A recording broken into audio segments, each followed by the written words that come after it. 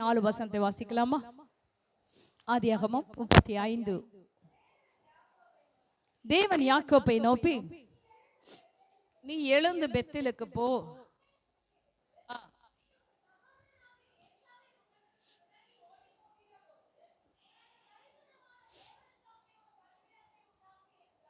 அங்கே ஒரு பலிபீடத்தை உண்டாக்கு என்றார்.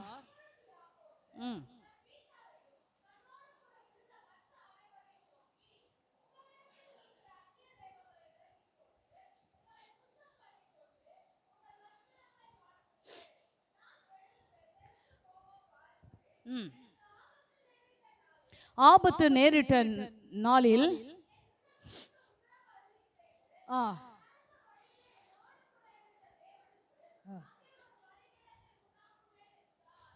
அங்கே ஒரு பலிபீடத்தை உண்டாக்குவேன் என்றார். இங்க ஒரு பெரிய காரியத்தை இந்த இடத்துல பார்க்கிறோம். தேவன் யாக்கோபோடு கர்த்தர் பேசுறாரு. நான் உனக்கு தரிசனமான இடத்துக்கு நீ என்ன செய்ய வேண்டும்? புறப்பட்டு போக வேண்டும். நீங்க மாமனார் வீட்டுல என்ன செய்ய மாட்டேயா? ஒரு மனைவிக்கு 2 மனைவி, 2 மனைவிக்கு பதிலாக 4 மனைவிகள், பிள்ளைகள் எல்லாம் இருக்கு. இதே அவனுக்கு போதும்னு சொல்லி அவன் உட்காந்துட போறான்னு சொல்லிட்டு கர்த்தர் என்ன செய்யறாரு? அவனோட பேசுகிறார். நீ எழுந்து பெத்தேலுக்கு போ, நான் தரிசனமான இடத்துக்கு நீ என்ன செய்யணும்? நீ போக வேண்டும். ஆபிரகாம், ஈசாக்கு, யாக்கோப்புக்கு வாக்குத்தத்தம் பண்ண அந்த தேசத்துக்கு நீ கடந்து வா என்று கர்த்தர் அவனோடு பேசுகிறான். யாக்கோப்பை நோக்கி, நீ எழுந்து பெத்தேலுக்கு போய் அங்கே குடியிருந்து நீ உன் சகோதரன் ஆகிய ஏசாவின் முகத்துக்கு விலகி ஓடுகிற போது உனக்கு தரிசனமான தேவனுக்கு அங்கே ஒரு பலிபீடத்தை உண்டாக்கு என்று சொல்லுகிறார். ஹல்லேலூயா. இப்ப யாக்கோபு எழுந்து என்ன செய்ய வேண்டும்? பெத்தேலுக்கு போக வேண்டும். அங்க தரிசனமான இடத்துல கர்த்தருக்கு ஒரு பலிபீடத்தை கட்ட வேண்டும் என்று சொல்லி கர்த்தர் அவனோடு பேசுகிறார். அப்பொழுது யாக்கோபு என்ன செய்கிறார்? வீட்டாரையும் யாக்கோபு தன் வீட்டாரையும் தன்னோடு இருந்த மற்ற அனைவரையும் நோக்கி, அவனோடு அவனுடைய மனைவி பிள்ளைகள் இருக்காங்க, அவர்களை சுற்றி வேலைக்காரர்களா இருக்கிறாங்க, எல்லாரையும் அவன் நோக்கி என்ன சொல்றா? உங்களிடத்தில் இருக்கிற அந்நிய தெய்வங்களை விலக்கி போட்டு, அடுத்து உங்களை சுத்தம் பண்ணி கொண்டு உங்கள் வஸ்திரங்களை மாற்றுங்கள், நாம் எழுந்து பெத்தேலுக்கு போ வாருங்கள். நமக்கு ஆபத்து நேரிட்ட நாளில் என் விண்ணப்பத்துக்கு உத்தரவு அருளி செய்து நான் நடந்த வழிகளில் என்னோடு கூட இருந்து இந்த தேவனுக்கு என்ன செய்ய வேண்டும்? ஒரு பலிபீடத்தை உண்டாக்க வேண்டும் என்று சொல்லி அங்கே யாக்கோபு தன் ஜனங்களை மார்த்து சொல்லுகிற ஒரு காரியத்தை நாம் பார்க்கிறோம். இன்னைக்கு உங்கள் மத்தியில சொல்ல வேண்டிய காரியம், நாம் எழுந்து எங்க போக வேண்டும்? பெத்தேலுக்கு போக வேண்டும். பெத்தேலுக்கு போக வேண்டுமானால் தேவனுடைய வீட்டுக்கு பெத்தேல் என்பது தேவனுடைய வீடு என்று சொல்லப்படுகிறது. அது எருசலேமுக்கு 12 மைல் தூரம் என்ன செய்து வடக்கே இருக்கிறது என்று சொல்லி வேதம் சொல்லுகிறது. அப்ப இந்த பெத்தேலுக்கு போய் தேவனை ஆராதனை செய்ய வேண்டும், பலிபீடம் கட்டி தேவனை தொழுது கொள்ள வேண்டும் என்று கர்த்தர் அவனோடு பேசும் பொழுது உடனே யாக்கோபு சொல்லுகிற ஒரு காரியம் சொல்றாரு, அந்நிய தெய்வங்களை உங்களை விட்டு என்ன செய்ய வேண்டுமா? விலக்க வேண்டும். அந்நிய தெய்வத்தோடு பெத்தேலுக்கு தேவனுடைய வீட்டுக்கு என்ன செய்ய முடியாது? போக முடியாது என்பதை இந்த யாக்கோபு தன் ஜனங்களை பார்த்து சொல்லுகிறார். வாசிக்கமா ஏன் இந்த காரியத்தை சொல்லுகிறார்? இதல்ல கிட்டத்தட்ட ஒரு 3 வாரத்துக்கு முன்னாடி இருந்து என்னோட அந்த சொல்லிட்டே இருந்தாரு. ஆனா நான் அதை விட்டுட்டேன், வேற ஒரு மெசேஜ் எடுத்தேன். ஆனா திரும்பவும் கர்த்தர் என்ன செய்தாரு? எல்லாம் எழுதி முடிச்சுட்டு இதே நேராய் என்னை கர்த்தர் என்ன செய்தாரு? காண்பித்தார். ஹல்லேலூயா. விக்கிரக ஆராதனை, ஏன் விக்கிரகத்தை விலக்க வேண்டும்? ஏன் விக்கிரகத்தை விலக்க வேண்டும்? விக்கிரக ஆராதனை செய்யக்கூடாது அப்படின்னு சொல்லி வேத வசனத்தை பார்ப்போம். யாத்திராகமம் 20ஆம் அதிகாரம் 3வது வசனத்தில் வாசிக்கலாமா?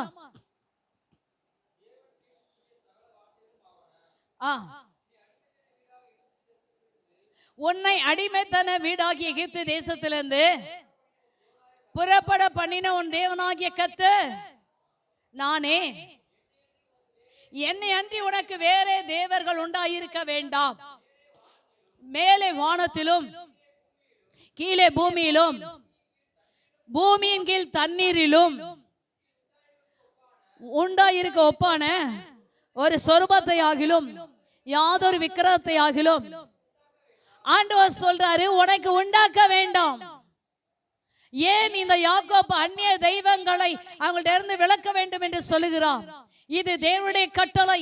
ஆனால் இது யாத்திரையாகமத்தில் தான் இந்த வார்த்தை சொல்லப்படுகிறது. ஆனால் ஆதியாகமத்தில் வாழ்ந்ததான யாக்கோபுடைய வாழ்க்கையில ஒரு பெரிய தரிசனம் இருந்தது. அந்நிய தெய்வங்களோடு உண்மையுள்ள தேவனை ஆராதிக்க முடியாது என்பதை இந்த யாக்கோப்பு அறிந்து அந்நிய தேவர்களை என்ன செய்ய வேண்டுமா, உங்கள்கிட்ட இருந்து விளக்குங்க என்று சொல்லுகிறார். அப்ப என்னை அன்றி உனக்கு வேற தேவர்கள் உண்டாயிருக்க வேண்டாம் என்று வேதம் சொல்லுகிறது. அப்ப அவர்தான் கர்த்தர், அவரைத்தான் ஆராதனை செய்ய வேண்டும். கர்த்தருக்கு ஆராதனை செய்யும்படியாய் பலிபீடம் கட்டி அங்க கர்த்தர் ஆராதனை செய்ய வேண்டுமானால் விக்கிரங்களோடு அங்க ஆராதனை செய்ய முடியாது. அல்லேலூயா. ஏன் என்று சொன்னால் ஆதியாகமம் 5ஆம் அதிகாரம் 2வது வசனத்துல கர்த்தர் மனுஷனை சிருஷ்டித்த நாளிலே ஆணும் பெண்ணுமாகத்தான் சிருஷ்டித்தார ஒழிய அங்கு எந்த ஒரு விக்கிரகத்தையும் கர்த்தர் சிருஷ்டிக்கவில்லை. எந்த ஒரு என்ன செய்த மரத்தை படைத்து இதை கும்பிடுன்னு சொல்லவில்லை. அல்லேலூயா. ஆணும் பெண்ணுமாக படைத்தார். அவர்தான் தேவன். நல்லா புரிந்து கொள்ளுங்கள். யாத்திராகமம் 34ஆம் அதிகாரம் 17வது வசனத்தை வாசிக்கலாமா? வார்ப்பிக்கப்பட்ட தெய்வங்களை உங்களுக்கு உண்டாக்க, வார்ப்பிக்கப்பட்ட தெய்வங்களை உங்களுக்கு என்ன செய்ய வேண்டாம், உண்டாக்க வேண்டாம். அச்சில ஊத்தி எடுக்கிறதான அந்த வார்ப்பிக்கப்பட்டதான விக்கிரங்களை உங்களுக்கு என்ன செய்யாதீங்க, உண்டாக்க வேண்டாம் என்று கர்த்தர் சொல்லுகிறார். ஹல்லேலூயா. அடுத்தது ஒரு காரியத்தை வாசிக்கலாமா? லேவியராகமம் 26ஆம் அதிகாரம் 1வது வசனம். லேவியராகமம் என்ன செய்ய வேண்டாமா, விக்கிரங்களையும் சொரூபங்களையும் உங்களுக்கு உண்டாக்காமல், உங்களுக்காக சிலையை நிறுத்தாமலும், சித்திரம் தீர்த்த கல்லை நமஸ்கரிக்கும் பொருட்டு உங்கள் தேசத்தில் வைக்காமலும் இருப்பீர்களாக. நான் உங்கள் தேவனாகிய கர்த்தர் என்று கர்த்தர் தெளிவாய் சொல்லுகிறார். அல்லேலூயா. நீங்கள் உங்களுக்கு என்ன செய்யக்கூடாதா, விக்கிரங்களையும் சொரூபங்களையும் உண்டாக்காமலும், உங்களுக்கு சிலையை நிறுத்தாமலும், சித்திரம் தீர்த்த கல்லை நமஸ்கரிக்கும் பொருட்டு உங்களுக்கு உங்கள் தேசத்தில் வைக்கவும் கூடாது. தேசத்தில் என்ன செய்யக்கூடாது, விக்கிரக ஆராதனை பெருக பெருக கர்த்தர் பூமி அதிர்ச்சிகளை உண்டாக்குகிறார், கொள்ளை நோய்களை உண்டாக்குகிறார், யுத்தங்களை கர்த்தர் உண்டாக்கி கொண்டிருக்கிறார். அல்லேலூயா. இன்னைக்கு கர்த்தர் சொன்ன உன் தேசத்துல நீ போகிற அந்த பெத்தேல்ல நீ போகிறதான வாக்குத்தத்த பூமியில என்ன இருக்க கூடாது, யாதொரு விக்கிரகம் கூடாது, யாதொரு சொரூபம் வைக்க கூடாது, யாதொரு என்ன செய்யக்கூடாது, சித்திரம் தீர்த்ததான கல்லை நீ வைத்துக் கொண்டு நமஸ்கரிக்க கூடாது என்று கர்த்தர் தெளிவாய் சொல்லுகிறார். வாசிக்கலாம். உபாகமம் 7ஆம் அதிகாரம் 25வது வசனம்.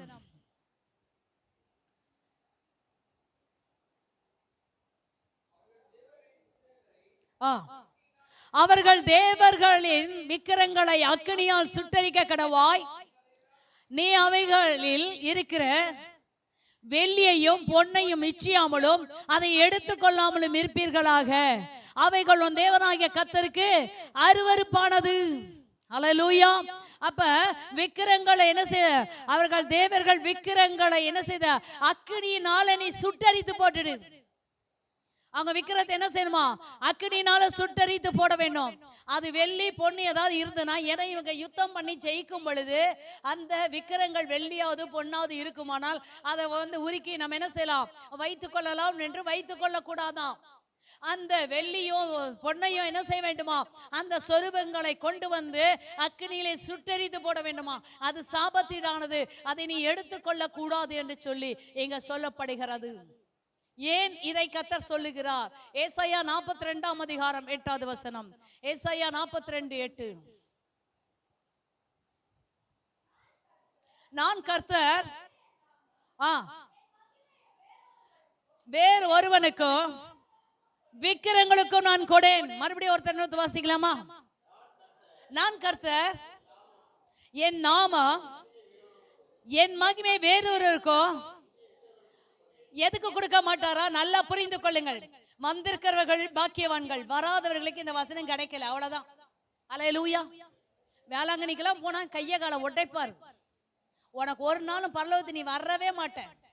நீ சுத்தி பார்க்க போனாலும் சரி, நீ சுத்தாத போனாலும் சரி, விக்கிரக ஆராதனைக்கு நீ போய் நான் கூட தான் போறேன்னு சொல்லி போனாலும் சரி, அவங்களோட ஒத்து உழைச்சு போற கர்த்தர் உன்னை என்ன செய்வாரு, தொலைச்சு கட்டிடுவாரு. நான் இல்ல கர்த்தர். அவர் சொல்லுகிறாரு, நான் கர்த்தர், இது என் நாமம், என் மகிமையை வேறு ஒருவருக்கு நான் கொடுக்க மாட்டேன், என் துதி விக்கிரங்களுக்கு கொடேன் என்று கர்த்தர் சொல்லுகிறார். அல்லேலூயா. நீ துதிக்க வேண்டுமானால், ஸ்தோத்தரிக்க வேண்டுமானால், மகிமைப்படுத்த வேண்டுமானால் கர்த்தர் ஒருவர் மாத்திரங்க. அல்லேலூயா. அதனாலதான் இந்த யாக்கோபோடு கர்த்தர் பேசும் பொழுது, இந்த யாத்திராகமும் லேவியராகம் என்னாகும் உபாகமாய் இல்லாத நாட்களிலே கர்த்தர் அவரோடு பேசும் பொழுது, கர்த்தர் பெத்தேலுக்கு போக வேண்டும் என்று, விக்கிரங்களை தன்னை விட்டு விளக்க வேண்டும் என்று, உங்களுடைய அந்நிய தெய்வங்களாம் என்கிட்ட கொண்டு வந்து கொடுங்கன்னு சொல்லி கேட்கிறார். இன்னைக்கு என்ன செய்யணும்? விக்கிரக ஆராதனை கர்த்தருக்கு அருவருப்பானது. ஏன்? அவர் கர்த்தர் என்பது அவருடைய நாமம். அவருடைய நாமம், அவருடைய துதியை வேற யாருக்கும் என்ன செய்ய மாட்டாரு? கொடுக்க மாட்டார். அது மாதாவா இருக்கட்டும், சூசையப்பரா இருக்கட்டும், அது என்னது ராக்கினி மாதாவா இருக்கட்டும், யாரா இருந்தாலும் கர்த்தர் கொடுக்க மாட்டார். இப்ப பிஷப்பே யாரு, போப்பே சொல்லிட்டாரு, மாதா வழியா தான் எங்க செய்யணும்? இயேசு கிட்ட போகணும். இயேசு அப்புறமேட்டு தான் பரலோகத்துக்கு அனுப்புவாரு. இது ஏஜென்ட் கிடையாது. ஏஜென்ட் இல்ல என்பதை போப்பாண்டவர் இப்ப சொல்லியிருக்காரு. ஏன்னா இயேசு வழியா தான் ஒரு மனுஷன் என்ன செய்ய முடியுமா? தேவனை அறிந்து கொள்ள முடியும். மாதா வழியா போக கூடாதுன்னு அவரு கண்ணு கடவுள் திறந்திருக்காரு. அல்லேலூயா. இது வரைக்கும் மாதா வழியா தான் ஏறிட்டு போகணும், ஏசப்பாட போகணும்னு சொன்னாங்க. ஒரே ஒரு காரியம் என்னன்னா, என்ன செய்யறது? அவர் ஆண்டவர் திருமணத்துக்கு போயிருக்கும் பொழுது திராட்சை ரசம் குறைபடுதுன்னு அவங்க சொந்தக்காரம்மான்னு சொல்லி சொன்னாங்க. ஆனா அவங்க என்ன சொல்றாங்க? அதுதான் வேலைன்னு கடவுள் அவங்க உள்ளத்துல பேசினாராட்டுக்கு. நீங்க போய் அவர்கிட்ட சொல்லுங்கன்னு சொன்னாங்க. அவரும் என்னதான் சொல்றாரு? என் வேலை இன்னும் வரலன்னு தான் சொல்றாரு. அதுக்குள்ள பிதாவின் வேலை வந்தது. முதல் அற்புதத்தை கர்த்தர் செய்றாரு. உடனே இவங்க இதை பிடிச்சிட்டு தான் அவங்க வழியா தான் அங்க போகணும், அவங்க வழியா தான் அங்க போகணும். ஒரு வழியும் கிடையாதான். ஆண்டவர் சொல்லிட்டார், நான் தான் வழி, நான் தான் சத்தியம், நான் தான் ஜீவன். என் வழியாய் ஒருவன் பிரவேசித்தால் உள்ளம் பிரபு மேய்ச்சலை கண்டடுவான். என்னை அல்லாமல் வேறு வழியாய் வருகிற கள்ளனும் கொள்ளைக்காரனுமாய் இருக்கான்னு வேதம் சொல்லுகிறது. தேவனுடைய பிள்ளைகளே, விக்கிரக ஆராதனை கர்த்தருக்கு அருவருப்பான காரியங்கள். இரண்டாவது, அதை உங்களை விட்டு விலக்க வேண்டுமா? வாசிக்கலாமா? யோசுவா 24:14. யோசுவா 24ஆம் அதிகாரம் 14வது வசனம்.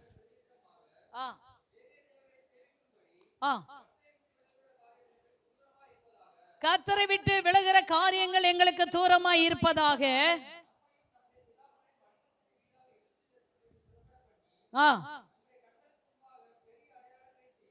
பெரிய அடையாளங்களை செய்து 14வது வசனம் படிக்குமா? அதான் படிக்கிறீங்களா? ஆகையால் நீங்கள் கர்த்தருக்கு பயந்து அவரை உத்தமமும் உண்மையுமாய் சேவித்து உங்கள் பிதாக்கள் நதிக்கு அப்புறத்திலும் எகிப்திலும் சேவித்த தேவர்களை அகற்றிவிட்டு கர்த்தரையே சேவியுங்கள். கர்த்தரை சேவிக்கிறது உங்கள் பார்வைக்கு ஆகாது என்று கண்டால் பின்ன யாரை சேவிப்பீர்கள் என்று தெரிந்து கொள்ளுங்கள். அல்லேலூயா. நதிக்கு அப்புறத்தில் உங்கள் பிதாக்கள் சேவித்த தேவர்களை சேவிப்பீர்களோ? நீங்கள் வாசம் பண்ணுகிற தேசத்து குடிகளாகி எமோரியரின் தேவர்களை சேவிப்பீர்களோ? நானும் என் வீட்டாருமோ என்றால் கர்த்தரை சேவிப்போம். இன்னைக்கு யாரை சேவிக்கலாம் நினைத்து கொண்டிருக்கீங்க? விக்கிரகத்தை உங்களை விட்டு விலக்க வேண்டும். அல்லேலூயா. அந்நிய தேசத்துல, எகிப்து தேசத்துல வாழும் பொழுது நிறைய தெய்வங்களை அவர்கள் வணங்குறாங்க. ஒருவேளை இவங்க திருட்டுத்தனமா இந்த தெய்வங்களை வணங்கி இருக்கலாம். ஆனால் அந்த தெய்வங்களை என்ன சேவிக்க போறீங்களா? இல்ல நதிக்கு அப்புறத்துல இருந்து அந்த தேவர்களை சேவிக்க போறீங்களா? அதையெல்லாம் உங்களை விட்டு விளக்குங்க. விளக்கிட்டு கர்த்தரையே என்ன செய்யுங்க?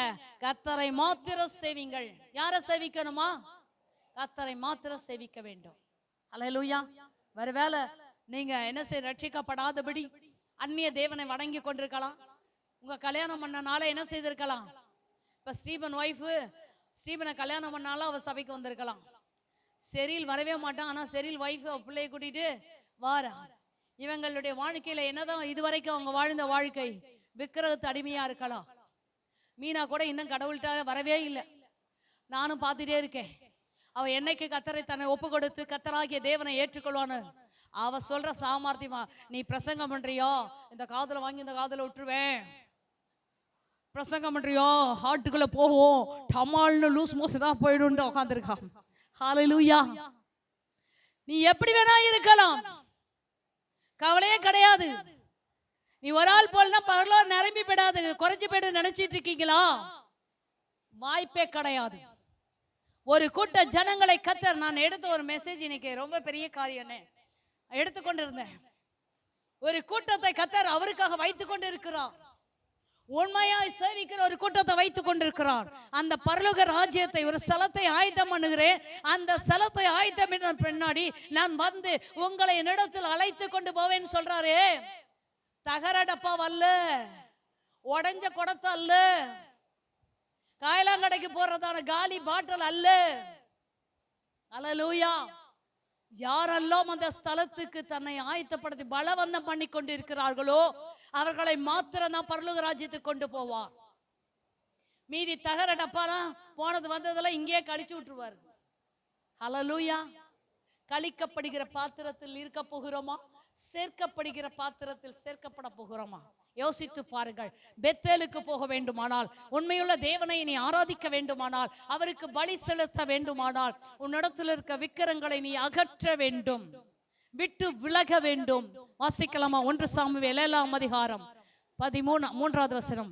1 சாமுவேல் 7ஆம் அதிகாரம் 3வது வசனம்.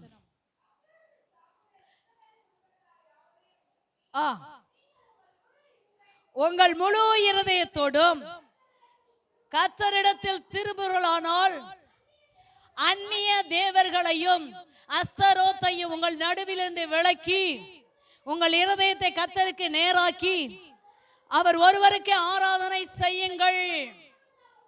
அப்பொழுது அவர் உங்களை பெலிஸ்தருடைய கைக்கு நீங்களாக்கி விடுவார். அல்லேலூயா. உங்க விளக்க வேண்டுமானால் எப்படி விளக்க வேண்டுமா? அல்லேலூயா. கர்த்தர் இஸ்ரவேல் குடும்பத்தை பார்த்து சொல்லுகிறார், நீங்கள் எப்படி திரும்ப வேண்டும், விளக்க வேண்டும். முழு இருதயத்தோடும் கர்த்தரிடத்தில் திரும்புகிறானால் அந்நிய தேவர்களை உங்கள் நடுவில் இருந்து என்ன செய்ய வேண்டுமா? விளக்க வேண்டும். உங்கள் இருதயத்தை கர்த்தருக்கு நேராக்க வேண்டும். அவர் ஒருவருக்கு ஆராதனை செய்ய வேண்டும். அல்லேலூயா. மகனுக்காக ஒரு போட்டா, மகளுக்காக ஒரு போட்டா, புருஷனுக்காக ஒரு போட்டா வச்சிரு. ஆனா 3ஐயும் வச்சுக்கிட்டு நீ அவங்களுக்கு பிரியப்படுத்த போய் கும்பிடுறாத. அல்லேலூயா. இங்க மல்லிகா அம்மா வருவாங்க. அவர்கள் அவங்களோட வீட்டுக்காரர் என்ன செய்வாரு? கடவுளே இல்லைன்னு சொல்றவரு. ஆனா கொஞ்ச காலம் அவங்க என் ஃப்ரெண்டாகும் பொழுது அவர் விக்கிரங்களை வணங்க ஆரம்பித்தார். அப்ப என்ன செய்யணும்? அந்த ஜாமான விளக்கணும், விளக்கு பொழுத்தணும் சொல்லுவாங்க. நான் சொல்லுவேன், ஒரு பெரிய காரியம் என்ன தெரியுமா? நீங்க போய் அந்த பாத்திரத்தை வளர்க்குங்க, பொருத்தி வைங்க. அப்ப சொல்ல வேண்டிய காரியம் என்ன தெரியுமா? சாத்தானே உனக்கல்ல, நான் ஒளியா இருக்கிற அந்த மெய்யான தேவன் தான் எனக்கு சொல்லி கேட்டு உனக்கு இல்லை விசாசி சொல்லுங்க. விளக்குனா என் புருஷன் தான் விளக்குறேன், உடனே அதெல்லாம் விளக்குறேன்னு சொல்லுங்க. மஞ்சள் போட்டு குங்குமம் வைக்கிறோம், வைங்க. ஆனா ஆண்டவரே என் இருதயம் கொண்டு அபசுத்தமா இருக்கு, வைங்க அப்படின்னு சொல்லிட்டே இருக்க. ஒவ்வொரு காரியமும் அவங்களுக்கு சொல்லுவாங்க. என்கிட்ட வந்து சொல்லுபடுறத செய்யுங்க. கொஞ்ச காலத்துல இந்த பிசாசு என்ன செய்வான்? துண்ட காலம் துணிய காலம் ஒரே போயிடுவான். கொஞ்ச காலம்தான் அவங்களோட சிறையிருப்பை கடவுள் மாற்றினார். அல்லேலூயா. இன்னைக்கெல்லாம் யாரும் அவங்கள தொல்லை பண்ண வேண்டியதில்லை. 24 மணி நேரம் சோத்திர வழி பண்றாங்க, ஜெபம் பண்றாங்க, பாட்டு பாடுறாங்க, செய்யறாங்க.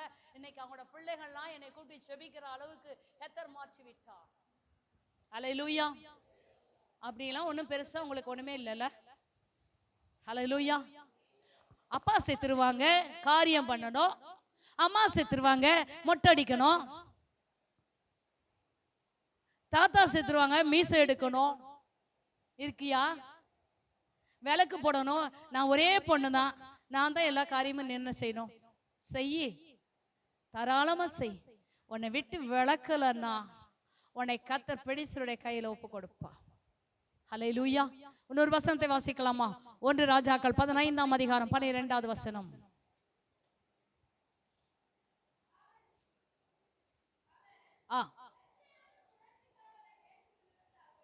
லட்சையான புணர்ச்சிக்காரரை தேசத்திலிருந்து அகற்றி பிதாக்கள் உண்டு பண்ணின நரகலான விளக்கி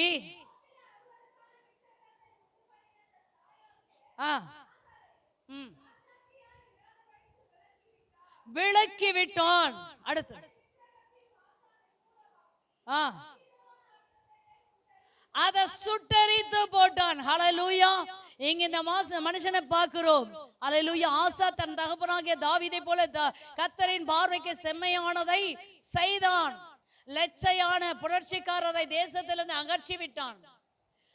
தங்கள் பிதாக்கள் உண்டு பண்ணின நரகலான விக்கிரங்களை விளக்கி, தோப்பிலே அருவருப்பான விக்கிரங்களை உண்டு பண்ணின தன் தாயாகிய மாகாளையும் ராஜாத்தியாய் இராதபடி விலக்கி விட்டான்.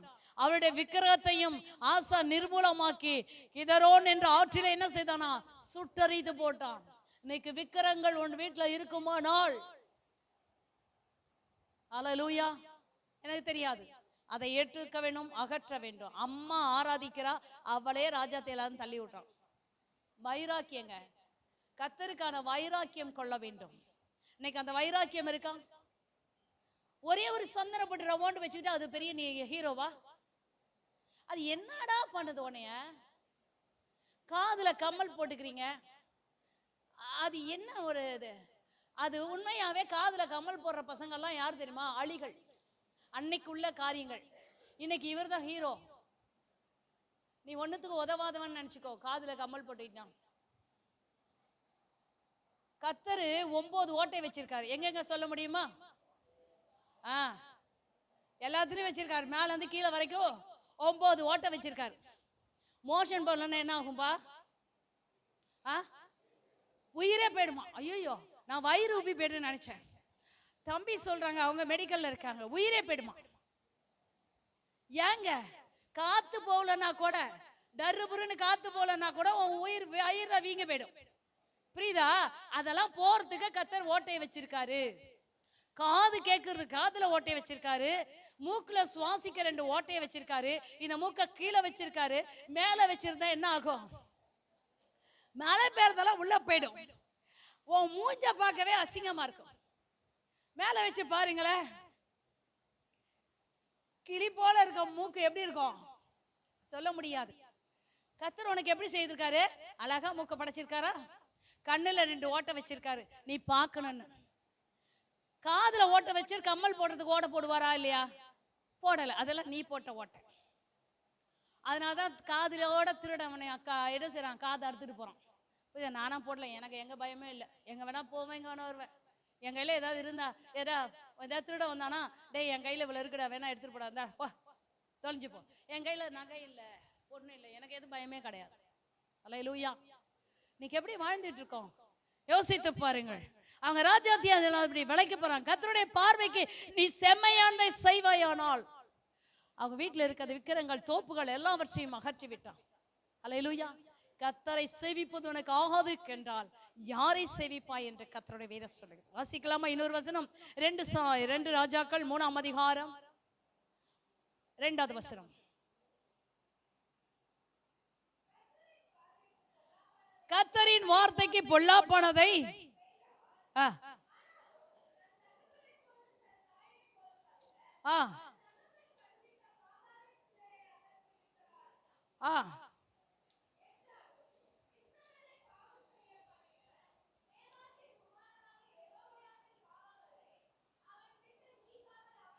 இன்னைக்கு நிறைய பேர் என்ன செய்யறாங்க? கர்த்தரின் பார்வைக்கு பொல்லாப்பானதை செய்தான், ஆனாலும் தகப்பனை போலும் தன் தாயை போலும் அல்ல என்று வேதம் சொல்லுகிறது. அல்லேலூயா.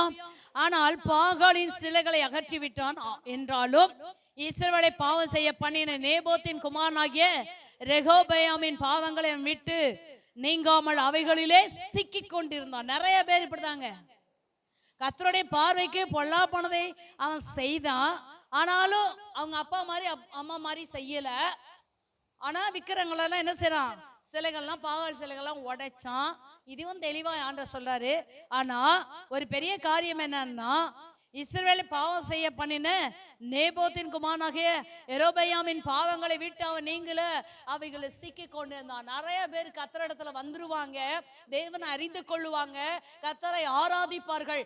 இன்னும் இன்னும் வாழ்க்கையில விட வேண்டிய சில காரியங்கள் இருக்கிறது. ரெகோபெயாமுடைய என்ன செய்து பாவங்களை விட்டு அகலவில்லை என்று சொல்லுது. இன்னொரு பிதாக்கள் செய்த காரியங்கள்ல இன்னும் சிலர் சிக்கி கொண்டு தான் இருக்கிறார்கள்.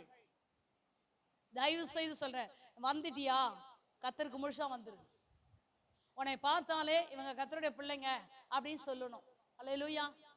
மல்லிகா சிஸ்டருக்கு இன்னைக்கு அவங்க தங்கச்சி பொண்ணு கல்யாணம், போயிருக்கலாம். அவங்க சொல்லிட்டாங்க, நான் ஆராதனை முடிச்சு தான் வருவேன். முடிச்சுட்டு வந்தோம், நானும் அவங்களும் ஈரோடு போகிறோம். அதுக்கு இடையில அவங்க என்ன செய்யணும், மகாபலிபுரம் போயிட்டு வரணும். ஏன் அவங்களுக்கு சோறு எல்லாம் கிடைக்கும், எல்லாம் கிடைக்கும், குடும்பத்தோட போயிருக்கலாம்ல. அவங்களுக்கு எது முக்கியம்? இன்னைக்கு வரைக்கும் அந்த ஃபேமிலி ஒண்டிங்க. அன்னைக்கு நான் பார்த்த நாள்ல இருந்து, அவங்க சபைக்கு வந்த நாள்ல இருந்து இன்னைக்கு வரைக்கும் அவங்க வந்து அந்த ஞாயிற்றுக்கிழமையை மிஸ் பண்ணிட்டு எங்கேயுமே போனது கிடையாது. தவிர்க்க முடியாத 1-2 காரியத்தை தவிர்த்து மீதி எல்லா சூழ்நிலையிலும் இந்த சபை தான் உங்களுக்கு வீடு.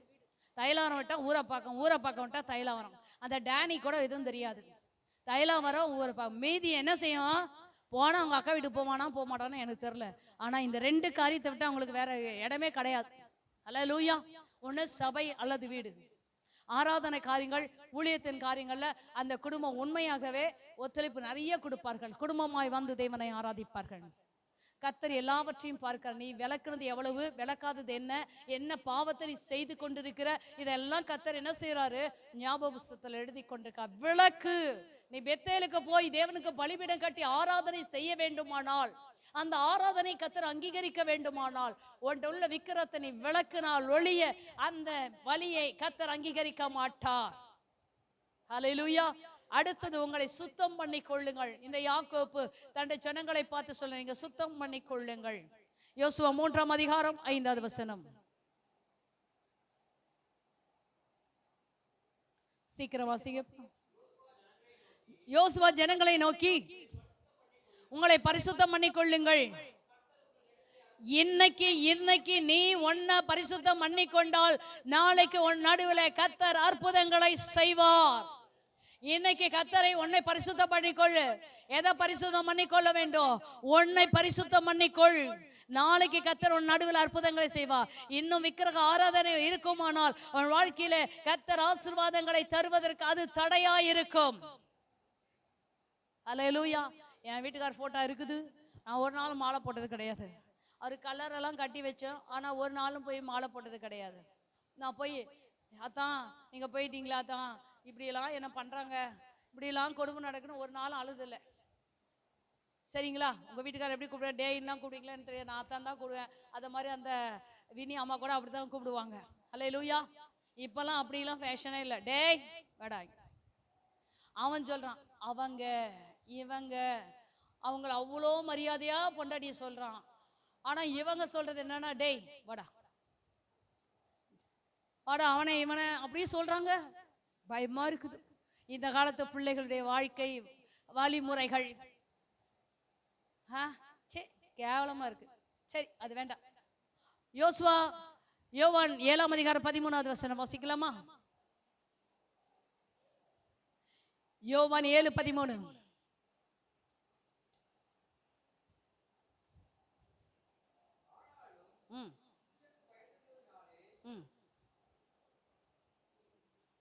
படிப்பா.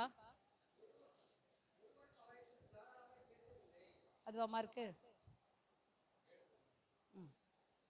அதே யோசுவாவா 7:13 படிங்க. இல்லை 1 சாமுவேல் 16ஆம் அதிகாரம் 5வது வசனம் படிங்க. 1 சாமுவேல் 16:5. அதற்கு அவன், சமாதானம் தான், உங்களை பரிசுத்தம் பண்ணிக்கொண்டு, பரிசுத்தம் பண்ணிக்கொண்டு எங்க வரணுமா? பலிபீடத்துக்கு வாருங்கள் என்றான். பரிசுத்தம் பண்ணி பலி விருந்துக்கு அழைத்தான். நீங்க பலி செலுத்தி பலி விருந்து செய்ய வேண்டும். ஒரு ராஜாவை அபிஷேகம் பண்ண வேண்டும். அப்படி அபிஷேகம் பண்ண வேண்டும், பலி செலுத்த வேண்டுமானால் அங்க சாமுவேல் தீர்க்கதரிசி போகிறார்.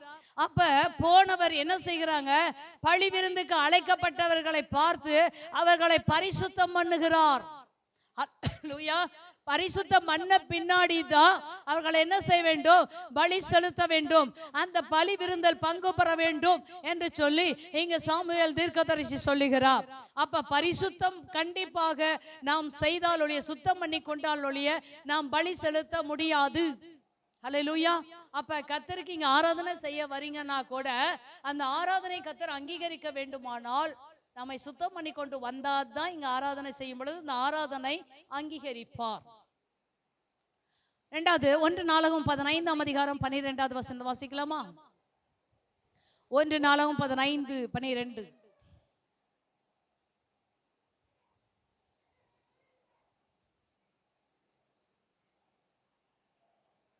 படிங்கப்பா. அவர்களை நோக்கி, லேவியரில் நீங்கள் பிதாக்களுடைய சந்ததிகளின் தலைவர், நீங்க இஸ்ரவேலின் தேவனாகிய கர்த்தரின் பெட்டியை அதற்கு ஆயத்த பண்ணின ஸ்தலத்துக்கு கொண்டு வரும்படி உங்களையும் உங்கள் சகோதரரையும் பரிசுத்தம் பண்ணிக் கொள்ளுங்கள். அதை சுமக்காதபடினாலும் நான் நம்முடைய தேவனாகிய கர்த்தரை நியாயமானபடி தேடாதபடினாலும் அவர் நமக்குள்ளே அடிவிழ பண்ணினார் என்றான். அப்படி லேவியரும் தங்களை சுத்தம் பண்ணி கொண்டார்கள்.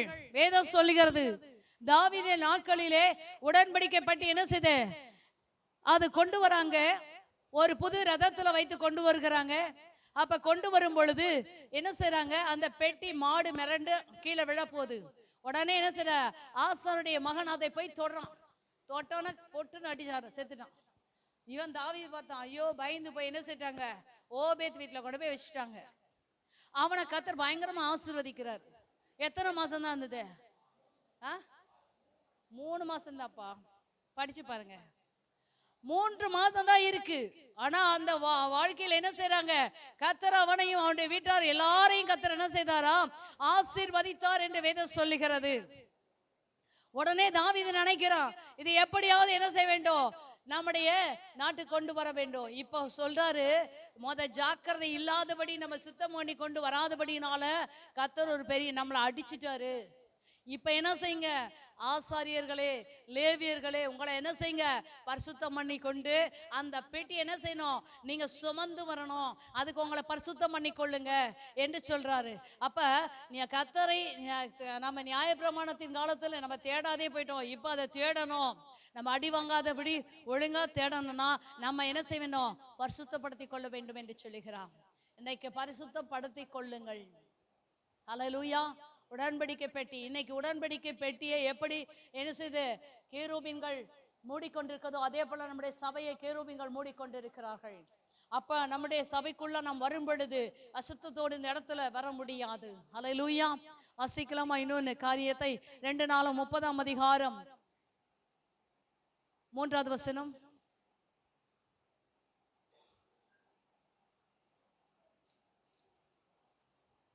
ஆசாரியர் போதுமான பேர்கள்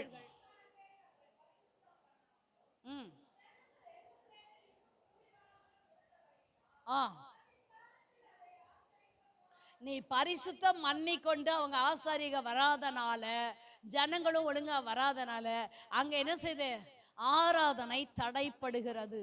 அல்லேலூயா. அப்ப பரிசுத்தம் பண்ணி கொண்டு வந்தாதான் அங்க லேவியர்கள் பலி செலுத்த முடியும். ஆசாரியர்கள் தங்களை பரிசுத்தம் பண்ணி கொண்டு வருஷத்துக்கு ஒரு முறை மகா பரிசுத்த ஸ்தலத்துக்குள் போக வேண்டும். பரிசுத்தம் பண்ணாமல் ஒருவரும் என்ன செய்ய முடியாது, போக முடியாது. ஏன் என்று சொன்னால் என்ன செய்த ஆரோனுடைய பிள்ளைகள் அந்நிய அக்கினியை எடுத்துக்கொண்டு போனபடினால் தான் அவர்கள் என்ன செய்தாங்க, அடித்தார், கர்த்தர் அடித்தார். அங்கே என்ன செய்தாங்க, அங்க ஆலயத்திலே பலிபீட தண்டையிலே அவர்கள் செத்து போனார்கள். நம்மை சுத்தம் பண்ண வேண்டும்.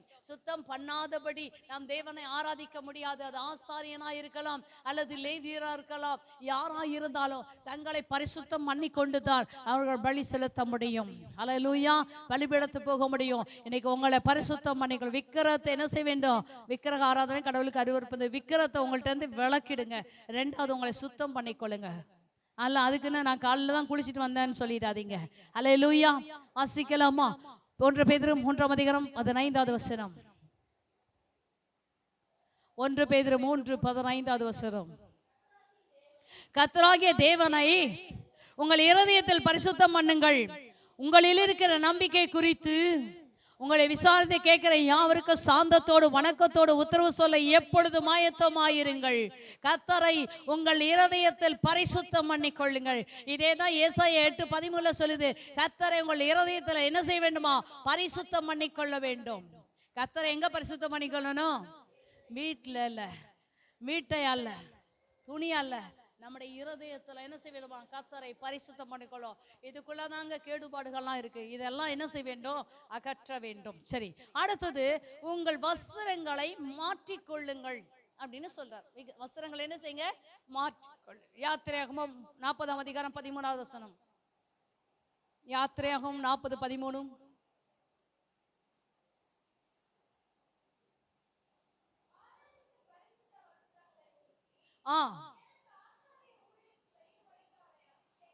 அவனை அபிஷேகம் பண்ணி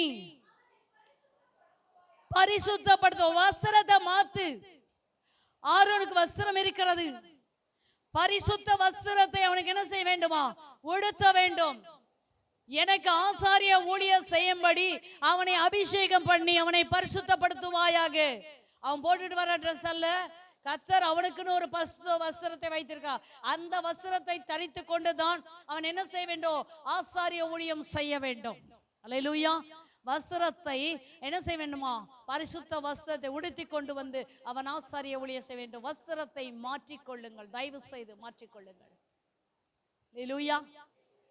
இப்படி வஸ்திரங்கள்லாம் மாத்திக்கணும். இப்ப வேற மாதிரி மாத்திக்கிறாங்க, வேற மாதிரி மாத்திக்கிறாங்க. வெளிநாட்டுல இருந்து இங்க பிள்ளைகள் வந்திருக்காங்க, வாலிப பிள்ளைகள். அவங்களாம் என்ன செய்யறாங்க? குட்டி குட்டி ட்ரெஸ் போட்டுக்கிறாங்க. அந்த ட்ரெஸ் என்ன செய்யணும்? அவங்க அழகா தானே இருக்காங்க, நாம அந்த ட்ரெஸ்ஸை போட்டுக்கலாம். போட்டுக்கோ. அல்லேலூயா. ஒருவரும் உன்னை பார்த்து இச்சிக்க கூடாது. அந்த அளவுக்கு உன்னுடைய ட்ரெஸ் என்ன செய்யணும்? ஒழுங்கா இருக்கணும். சரியா? உன்னை பார்த்து உன்னை என்ன செய்ய ஓடி வந்து கட்டி பிடிச்சு உன்னை முத்தம் கொடுக்குற மாதிரி யாரையும் வச்சுக்காதீங்க, தயவு செய்து. சபை விசுவாசிகளை பார்த்து சொல்றேன், உன்னுடைய நடக்கை, உன்னுடைய ட்ரெஸ், உன்னுடைய பேச்சு எல்லாத்துக்கும் என்ன செய்யணும்? முன்மாதிரியா இருக்கணும். ஒரு ஷால் போடுறது தப்பே இல்லையே, ஷால் போடுறது தப்பு இல்லையே. அதை ஷாலை தூக்கி கடாசிட்டு வந்துடுறாளுங்க. அல்லேலூயா. நீட்டாரு, நீ தேவனுடைய பிள்ளை. உன் வஸ்திரம் என்ன செய்த? காத்துக்கொள்ள வேண்டும், சரியாய் போட வேண்டும். சகரியா 3:4-5 வாசிக்குமானால் அங்கு சகரியா என்ன செய்யறாரு? ஒரு பிரதான ஆசாரியனா இருந்தாலும் அட வஸ்திரம் எப்படிப்பட்டிருக்கதா? அழுக்கு வஸ்திரம் தரித்திருந்தானா. அழுக்கு வஸ்திரம் தரித்திருக்கவர்கள் தேவனுடைய ஊழியத்தை செய்யவே முடியாது. வாசிக்கலாமா? அதை சரி வாசிங்க சீக்கிரமா. ஒரு 3 வசனத்தை சொல்லி முடிக்கிறேன். சகரியா 3:4. 3வது வசனம். யோசுவாவெனில் அழுக்கு வஸ்திரம் தரித்தவனாய் தூதனுக்கு முன்பாக நின்றிருந்தான். அவர் தமது முன்பாக நிற்கிற அவனை நோக்கி, இவன் மேல் இருக்கிற அழுக்கு வஸ்திரங்களை களைந்து போடுங்கள் என்றார். பின்பு அவனை நோக்கி, பார், நான் உன் அக்கிரமத்தை உன்னிலிருந்து நீங்க செய்து உனக்கு சிறந்த வஸ்திரங்களை தற்பித்தேன் என்றார்.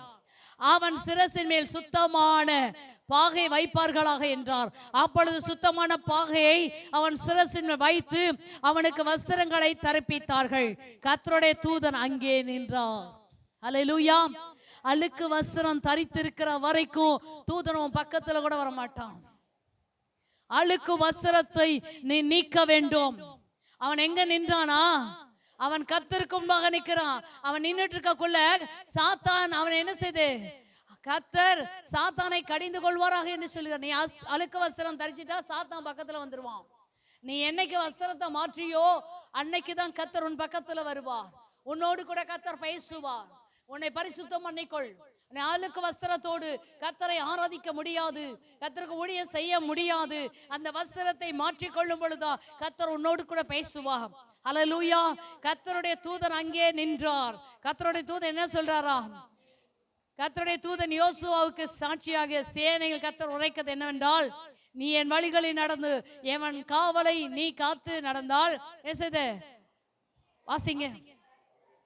விசாரிப்பாய், என் பிரகாரங்கள் காவல் காப்பாய், இங்கே நிற்கிறவர்களுக்குள்ளே உலாகிறதுக்கு இடம் நான் உனக்கு கட்டளையிடுவே.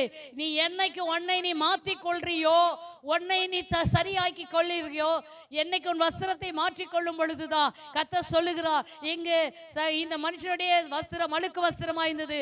இந்த யோசுவா அழுக்கு வஸ்திரத்தை களைந்து போட்ட பின்பாக தான் அவனுக்கு வேற வஸ்திரம் தரிக்கப்பட்ட பின்பாக கர்த்தர் அவனோடு பேசுறார். இப்ப சொல்லுகிறாரு, உன் வழிகளில் நடந்து உன் காவலை காத்தால், சரியாய் நீ நடந்து உன்னை கர்த்தருடைய காவலை காத்தால் நீ என் ஆலயத்தில் நியாயம் விசாரிப்பாய் என்று கர்த்தர் சொல்லுகிறார். என் பிரகாரங்களை காவலை நீ என்ன செய்வா?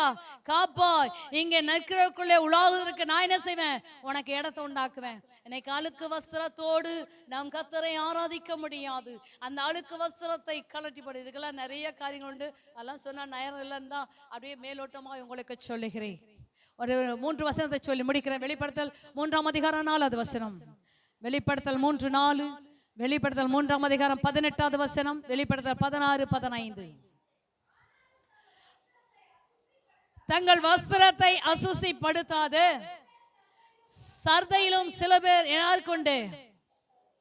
சர்தையில எனக்கு உண்டு என்று கர்த்தர் சொல்லுகிறார். ஹல்லேலூயா. அப்ப ஆனாலும் தங்கள் வஸ்திரங்களை அசூசிப்படுத்தாத சில பேர் சர்தையில எனக்கு உண்டு. அவர்கள் பாத்திரவான்கள் ஆனபடியால் வேற யாரும் போக முடியாதுங்க. நீ வஸ்திரத்தை சரியா நீ மாத்திக் கொள்ளவில்லை என்றால், உன் வாழ்க்கையை மாற்றிக்கொள்ளவில்லை என்றால், நீ கர்த்தருக்காக வேறு பிரிக்கப்பட்ட வாழ்க்கை வாழவில்லை என்றால், அல்லேலூயா, வஸ்திரத்தை மாற்றிக்கொள்ளவில்லை என்றால், அழகாய் சொல்லுது, சர்தையிலும் சில பேர் எனக்கு உண்டு. அல்லேலூயா. இந்த சபைக்குள்ள சில பேர் கர்த்தருக்காக இருக்கிறாங்க வைராக்கியமா. சில பேர் எப்படி வேணா இருக்கலாம். நான் வெள்ளை சாரி கட்டுறதுனால என் இருதயம் பரிசுத்தமா இருக்குன்னு நினைச்சிடாதீங்க. நான் கலர் சாரி கட்டுறேன்னா இருதயம் என்ன செய்து அழுக்காயிடுச்சுன்னு நினைச்சிடாதீங்க. அல்லேலூயா. அப்படிலாம் ஒன்றும் கிடையாதுங்க. துணி இந்த துணி அல்லங்க, உள்ளான அந்த வஸ்திரம் பரிசுத்தமாய் காத்துக்கொள். சமயத்துக்கு ஏற்ற மாதிரி, ஆளுக்கு ஏற்ற மாதிரி நாடகம் நடிச்சு கொண்டு, ஆளுக்கு ஏற்ற மாதிரி பிரியப்படுத்தி கொண்டு நீ வாழ்ந்து கொண்டு இருப்பாயானால் கர்த்தர் வேறு பிரிப்பார். சர்தையிலும் சில பேர் எனக்கு உண்டு, தங்கள் வஸ்திரங்களை கரைபடாதபடி காத்து கொண்டார்கள். அவங்களுக்கு கர்த்தர் என்ன தருவாரு? வெண் வஸ்திரத்தை அவர் தர போகிறார். அல்லேலூயா. இன்னைக்கு எத்தனை பேர் தங்களை உலகத்தால் கரைபடுத்த முடியாதபடி தன்னை காத்துக் கொள்கிற எத்தனை பேர் உலகத்தை ஒத்த வேஷம் தரித்து கொண்டு ஓடிக்கொண்டிருக்கிறோமா? கொஞ்சம் இந்த வேலையில யோசித்து பாருங்க. இது நான் சொல்ல, கர்த்தர் எனக்கு சொல்லி கொடுத்தபடி நான் சொல்லுகிறேன். 18வது வசனம் வாசிங்க. 3ஆம் அதிகாரம் 18வது வசனம். நான் நீ ஐஸ்வர்யன் ஆகும்படி நெருப்பிலே புடமிட்டப்பட்ட பொன்னையும் உன் நிர்வாணமாகிய அவலட்சணம் தோன்றாதபடி நீ உடுத்தி கொள்வதற்கு வெண் வஸ்திரங்களை என்னிடத்திலே வாங்கிக் கொள்ளவும் நீ பார்வையடையும்படி உன் கண்களுக்கு களிக்கம் போட வேண்டும் என்று உனக்கு ஆலோசனை சொல்லுங்க. கர்த்தர் சொல்லுகிறாரு, நீ பயங்கரமான விசுவாசின்னு சொல்லிட்டு இருக்கியா? நான் நல்ல விசுவாசி, என்னை பத்தி ஆண்டவருக்கு தெரியும், நான் எப்படி வாழ்றேன், இப்படி வாழ்றேன், அப்படி வாழ்றேன், நீ சொல்லிட்டு இருக்கியா? கர்த்தரை ஆராதிக்க மாட்டாங்க. நீ வீட்டிலே உட்கார்ந்து இருப்ப, கர்த்தரை ஆராதிக்க மாட்டேன், செய்ய மாட்டேன், இல்ல ஆராதனைக்கு வந்து கொண்டு இருக்கிறாய், கர்த்தர் உன்னை பார்த்து கொண்டு இருக்கிறார். நீ உன்னை நீ ஐஸ்வர்யவான் சொல்லிட்டு இருக்காத. நெருப்பிலே புடமிடப்பட்ட பொன்னையும் தோன்றாதபடி நீ உடுத்திக் கொள்வதற்கு வெண் வஸ்திரத்தை என்னிடத்தில் வாங்கி கொள்ளவும் நீ என்ன செய்து பார்வை அடையும்படிக்கு உன் கண்களுக்கு களிக்கம் போடு. நீ ஒன்னு சொல்ற, அவலட்சணம் தோன்றாதபடி ஆண்டவர் வரும் பொழுது நீ நிர்வாணி என்று காணப்படாதபடிக்கு ஆண்டவர்ட்ட உன் வஸ்திரத்தை வாங்கிக் கொள். ஹல்லேலூயா. இன்னைக்கு எப்படிப்பட்ட வஸ்திரத்தை தரித்து கொண்டிருக்கீங்க? வெண் வஸ்திரத்தை அப்ப நீ வாங்கி கட்டினா உன் கண்ணுக்கு நீ களிக்கம் போடு. நிறைய பேர் கண்ணுக்கு களிக்கம் போடாத உட்கார்ந்து இருக்கு.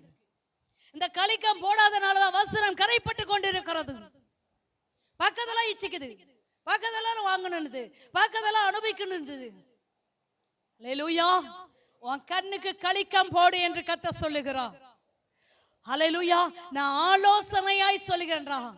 நிற்கிறேன் என்று சொல்லாதவன் விழாதபடி எச்சரிக்கிறேன். கிறிஸ்தவன், நான் பாஸ்டருடைய பிள்ளை, நான் அவங்க தம்பி, அக்கா, மாமா பிள்ளை எல்லாம் சொல்லிட்டு ஒரு காலம் பரலோகத்துக்கு போயிட முடியாது. நான் சண்டே ஸ்கூல் படிச்சிருக்கேன், யூத் மீட்டிங் போயிட்டு வந்தேன். இதெல்லாம் வேலைக்காகாதுப்பா. நீ ரொம்ப உன்னையே நீ ஏமாத்திட்டு இருக்கேன்னு கர்த்தர் சொல்றார். நீ உடித்துக் கொள்வதற்கு கர்த்தரிடத்தில் வெண் வஸ்திரத்தை கேட்டுக்கொள். நான் உனக்கு ஆலோசனை, வெண்வஸ்திரம் கேட்கறது மாத்திரம் இல்ல, உன் கண்ணு சரியில்லை, உன் கண் நேராய் நோக்க கடவுது, உன் கண்ணு போன இடத்தெல்லாம் போயிட்டு இருக்கு. தயவு செய்து இந்த காலங்களில உன் வாழ்க்கையை மாத்திக்கோ, உன் நடைய மாத்திக்கொள், வஸ்திரத்தை மாத்திக்கொள். ஒரு வசனத்தை சொல்லி முடிக்கிறோம். 16ஆம் அதிகாரம் 15வது வசனம், வெளிப்படுத்தல் 16:15. இதோ திருடனை போல் வருகிறேன், தன் மானம் காணப்படாதபடி நிர்வாணமாய் நடவாதபடிக்கு விழித்துக் கொண்டு வஸ்திரங்களை காத்துக் கொள்ளுகிறவன் பாக்கியவான். ஆண்டு சொல்றான், நான் திருடனை போல வருவேன் என்று சொல்றார். ஹல்லேலூயா. இன்னைக்கு ராத்திரி நம்ம வீட்டுக்கு கர்த்தர் வாரார். அப்படியே எக்காலம் ஊதிட்டு வரார், டன் ஊதிட்டு வந்துடுறாரு. நம்ம காதெல்லாம் உழுவுது. நம்ம என்னடா எக்காலம் ஊதுது, காலையில தான் பாஸ்டர்மா சொன்னாங்க, ராத்திரியே என்ன செய்தாரு, ஆண்டு வந்துட்டாரா அப்படின்னு ஆவலா ஓடி வரும். ஆனா ஓடி வந்து நிக்கிற நல்லா யோசிச்சு பாருங்க, கொஞ்சம் யோசிங்க, கற்பனை கொண்டு வாங்க. ஓடி வந்து வெளியே நிக்கிற, எக்காலம் தொனித்துக் கொண்டிருக்கிறது, திரளான தேவ தூதர்கள் வந்து கொண்டிருக்கார்கள். ஆண்டவர் என்ன செய்யறாரு, அவர் உயிர்த்தெழுந்த தேவனாய் அவர் மறுபடியும் திரும்பி வந்து கொண்டிருக்கிறார். நீ என்ன செய்ய போகிற? ஹல்லேலூயா. ஆண்டு சொல்றாரு, தன் மானம் காணப்படத்தக்கதாக நிர்வாணமாய் நடவாதபடி ஆண்டவர் வருவாரானால் நீ நிர்வாணியாய் அல்ல. உனக்கு ஏற்கனவே ஆலோசனை சொல்லிட்டாரு. இப்ப நீ எப்படி நிக்க போற? நிர்வாணியை நிக்க போறியா, இல்ல வெண்வஸ்திரம் தரித்து நிக்க போறியா? விழித்து கொண்டு தன் வஸ்திரங்களை காத்துக் கொள்ளும் பாக்கியவான். நான் சபைக்கு வரேன், போவேன், சமயம் கிடைச்சா வருவேன், வரமாட்டேன், அதெல்லாம் ஏன் இஷ்டம். நீங்க ஒன்றும் சொல்ல வேண்டிய அவசியம் இல்லை. ஆண்டவருடைய வருகையிலும் அவர் ஏன் இஷ்டம், நான் கூப்பிடவும் கூட மாட்டேன். யாரெல்லாம் வஸ்திரத்தை காத்துக்கிறார், இப்படி தன்னை சுத்திகரித்து கொண்டு அதே ஆதியாகமம் 35ஆம் அதிகாரத்தில் அவர்கள் பலி செலுத்தும்படியாய் கடந்து போனார்கள். ஹல்லேலூயா. இன்னைக்கு நீ எல்லாம் ரெடி பண்ணிக்கிட்டு கடந்து போ, உன் பலியை கர்த்தர் அங்கீகரிப்பா, ஆண்டவருடைய வருகையில் எடுத்துக்கொள்ளப்படுவாய். இல்லைனா ஆண்டு வரும் பொழுது நிர்வாணியை காணப்படுவாய். எச்சரிக்கையார், விழித்திரு. கண்களை மூடி தேவ சமூகத்தில் செபிப்போம்.